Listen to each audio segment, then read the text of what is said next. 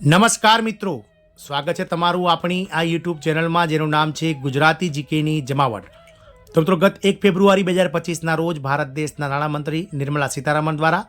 દેશનું બજેટ વર્ષ 2025-26નું રજૂ કરવામાં આવ્યું. ક્યાંક ને ક્યાંક મિત્રો, આ બજેટની અંદર આંગણવાડી કર્મચારીઓ કે જેઓનું દેશભરમાં સંખ્યાબળ 24 લાખ કરતાં વધારે છે, તેઓ પગાર વધારા સહિતની જે 20 મુખ્ય માંગણીઓ છે તેને લઈ અને સરકાર બજેટમાં કોઈપણ જાતની જાહેરાત કરશે તેવી મીટ માંડીને બેઠા હતા. પરંતુ સરકાર દ્વારા જે છે તે મિત્રો બજેટમાં કોઈપણ જાતની જાહેરાત ના કરતા હવે પગાર વધારો અને આંગણવાડીના સમયમાં ફેરફાર સહિતના પ્રશ્નો ન ઉકેલાતા આંગણવાડી કર્મચારીઓમાં રોષની લાગણી ફાટી નીકળી છે. તો આજના વિડીયોમાં વિગતવાર ચર્ચા કરીએ કે મિત્રો આંગણવાડી કર્મચારીઓની શું માંગ હતી અને સરકાર દ્વારા મિત્રો તેને અનદેખી કરતા હવે કર્મચારીઓમાં કેવી લાગણી ફેલાઈ રહી છે અને આગામી સમયમાં સરકાર સામે આ કર્મચારીઓ કેવી બાઈ ચડાવી શકે છે. અને ગુજરાત રાજ્યના 53,000 કરતાં વધારે આંગણવાડી કેન્દ્રોનું સંચાલન કરતા 1.6 લાખ આંગણવાડી કર્મચારીઓને આગામી 19 ફેબ્રુઆરીએ શું સરકાર દ્વારા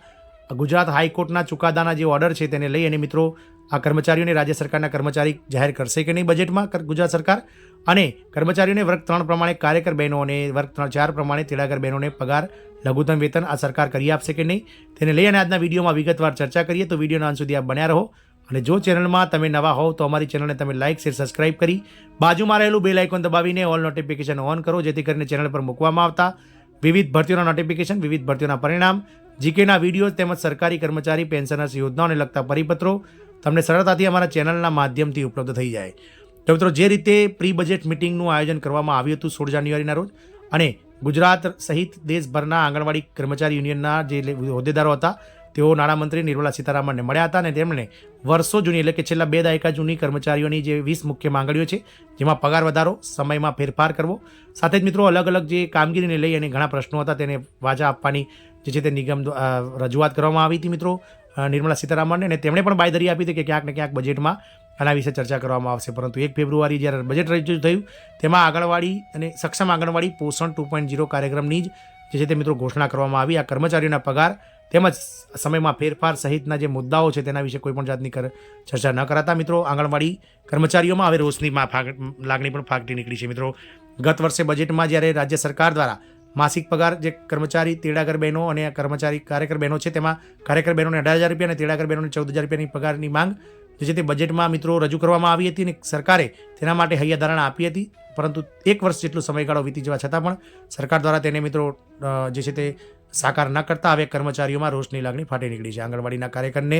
માસિક 18,000 રૂપિયા તેમજ તેડાગરને 14,000 રૂપિયાની વેતનની આપેલી બાંયધરી હજુ સુધી પૂરી નથી થતા લોલીપોપનો અનુભવ કર્મચારીઓ કરી રહ્યા છે. ઉપરાંત આંગણવાડીનો સમય પણ 10 થી 3 કરવાનો આદેશ નહીં કરાતા આંગણવાડી કર્મચારીઓના પડતર પ્રશ્નો જે છે તે રહેતા કર્મચારીઓની હવે ધીરજ ખૂટી જવા પામી છે. આંગણવાડી કર્મચારીઓના પ્રશ્નો અંગે સામાજિક ન્યાય સમિતિ વિભાગમાં રજૂઆત કરતા તેમણે મહિલા અને બાળ વિકાસ વિભાગના સચિવને ઉકેલ માટે કાર્યવાહી કરવાની સૂચન કર્યું હોવાનું આંગણવાડી કાર્યકરોએ જણાવ્યું છે. 5 વર્ષથી નીચેના બાળકોને પોષણયુક્ત આહારની સાથે સાથે કિશોરીઓ, સગર્ભા મહિલાઓ, ધાત્રી માતાઓને પોષણયુક્ત આહારની સાથે સાથે આરોગ્યલક્ષી જાણકારી આપવાની કામગીરી કરતા આંગણવાડીના કાર્યકરોના પ્રશ્નોના મામલે ઓક્સિજનની સ્થિતિ પર આવી રહ્યા છે.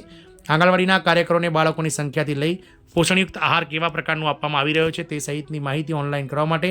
એન્ડ્રોઈડ ફોનની ખરીદી માટે 10,000 રૂપિયા આપવાનું પણ મંજૂર કરવામાં આવ્યું હતું. પરંતુ તેની સ્થિતિ હજુ સુધી અમલમાં આવી નથી અને તેના કારણે આંગણવાડી કર્મચારીઓ પોતાના પર્સનલ ફોનનો ઉપયોગ કરી રહ્યા હોવાથી તેઓની પર્સનલ માહિતીની સલામતીના પણ પ્રશ્નો ઉઠી રહ્યા છે. ત્યારે એન્ડ્રોઈડ ફોનની ખરીદી માટે તાકીદે 10,000 રૂપિયા આપવામાં આવી તેવી માંગણી આંગણવાડી કર્મચારીઓમાં ઉઠી રહી છે. આંગણવાડીના કર્મચારીઓને મોબાઈલનું ઇન્સેન્ટિવ, ગેસ તેમજ મસાલાના બિલના પૈસા આપવામાં આવ્યા નથી. ઉપરાંત કન્ટિન્જન્સી પણ આપવામાં આવી નથી.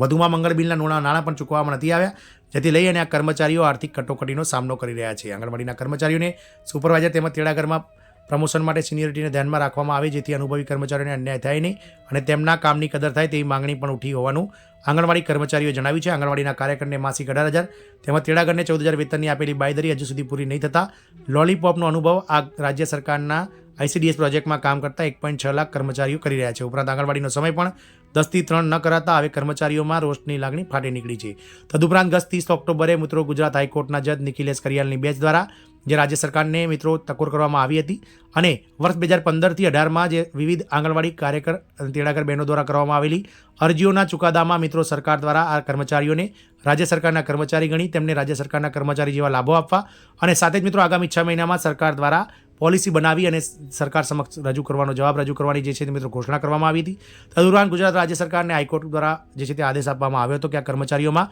કાર્યકર બહેનોને વર્ગ 3 પ્રમાણે 26,000 રૂપિયા અને વર્ગ 4 પ્રમાણે તેડાગર બહેનોને 21,000 રૂપિયા વેતન લઘુત્તમ વેતન કરી આપવામાં આવે. પરંતુ ગુજરાત હાઈકોર્ટ દ્વારા જે છે તે મિત્રો આ ચુકાદો આપીને 3 મહિના જેટલો સમયગાળો વીતવા છતાં પણ હજુ સુધી રાજ્ય સરકારે તેના વિશે કોઈપણ જાતની પોલિસી અથવા તો સરકાર સમક્ષ જે છે તે મિત્રો હાઈકોર્ટ સમક્ષ જવાબ રજૂ કર્યો નથી. તેથી આશાઓ એવી સેવાઈ રહી છે કે આગામી 19 ફેબ્રુઆરી જ્યારે ગુજરાત રાજ્યનું બજેટ રજૂ થવા જઈ રહ્યું છે ત્યારે બજેટમાં સરકાર દ્વારા જે છે તે હાઈકોર્ટના ચુકાદાનો જવાબ બજેટમાં મિત્રો આ કર્મચારીઓને વર્ગ 3 પ્રમાણે તેડાગર કાર્યકર બહેનો ને 26,000 રૂપિયા માસિક વેતન અને વર્ગ 4 પ્રમાણે તેડાગર બહેનોને 21,000 રૂપિયા માસિક વેતન આપી અને ક્યાંક ને ક્યાંક ગુજરાત હાઈકોર્ટનો જે છે તે મિત્રો જવાબ રજૂ કરી દેવામાં આવે તેવી મિત્રો આશાઓ સેવાઈ રહી છે. ICDS પ્રોજેક્ટમાં જે છે રાજ્ય સરકારનો 40% માનદ વેતનમાં ભાગ અને કેન્દ્ર સરકારનો 60% ભાગ હોય છે. કેન્દ્ર સરકાર દ્વારા 7 વર્ષ કરતાં વધારે સમયગાળો વીતવા છતાં પણ તેમાં વધારો થયો નથી, જ્યારે રાજ્ય સરકારો ઓલરેડી જે છે તે આ 40%નો જે વધારો છે તે ઓલરેડી 100% ઉપર અત્યારે ભોગવી રહ્યા છે. તો જોવાનું એ રહેશે કે મિત્રો આગામી 19 ફેબ્રુઆરીએ ગુજરાત હાઈકોર્ટના ચુકાદાના આધીન રાજ્ય સરકાર ગુજરાત રાજ્યના 53,000 આંગણવાડી કેન્દ્રોના સંચાલન કરતી 1.6 લાખ આંગણવાડી કાર્યકર તેડાગર બહેનોના માનદ વેતનને લઈ એની કોઈ ચર્ચા કરે છે કે ગુજરાત હાઈકોર્ટના ચુકાદાને આધીન આ રાજ્ય સરકારના કર્મચારી તેમને જાહેર કરે છે કે નહીં, એ તો 19 ફેબ્રુઆરીએ જ ખબર પડશે. પરંતુ જે ગઈકાલે જે રજૂ થયું બજેટ મિત્રો 1 ફેબ્રુઆરી 2025ના રોજ તેમાં ચોક્કસથી આ આંગણવાડી કર્મચારીઓને નિરાશા સાંપડી છે અને સરકાર દ્વારા દેશભરના 24 લાખ આંગણવાડી કાર્યકર તેડાગર બહેનોની ફરીથી ઉપેક્ષા કરવામાં આવી છે. આનું પરિણામ મિત્રો આ ચોક્કસથી આવનાર સમયમાં સરકારને ભોગવવું પડશે, કારણ કે હવે આ કર્મચારીઓ શાંત બેસશે નહીં અને મિત્રો જેવું બજેટનું સત્ર પૂર્ણ થશે અને જો બજેટ સત્રમાં પણ મિત્રો કોઈ પણ જાતનો ચુકાદો નહીં આવે તો ચોક્કસથી આગળના સમયમાં આ 24 લાખ આંગણવાડી કર્મચારી અને તેમના જે યુનિયનો છે તે આંદોલનાત્મક પ્રવૃત્તિઓ કરીને સરકારને ઘેરવાનો પ્રયત્ન કરશે. જોવાનું એ રહેશે કે 19 ફેબ્રુઆરીએ ગુજરાત સરકાર આ ચુકાદાને જે હાઈકોર્ટના ચુકાદાને માન આપે છે કે નહીં તે તો સમય બતાવશે. જય હિન્દ, અસ્તુ.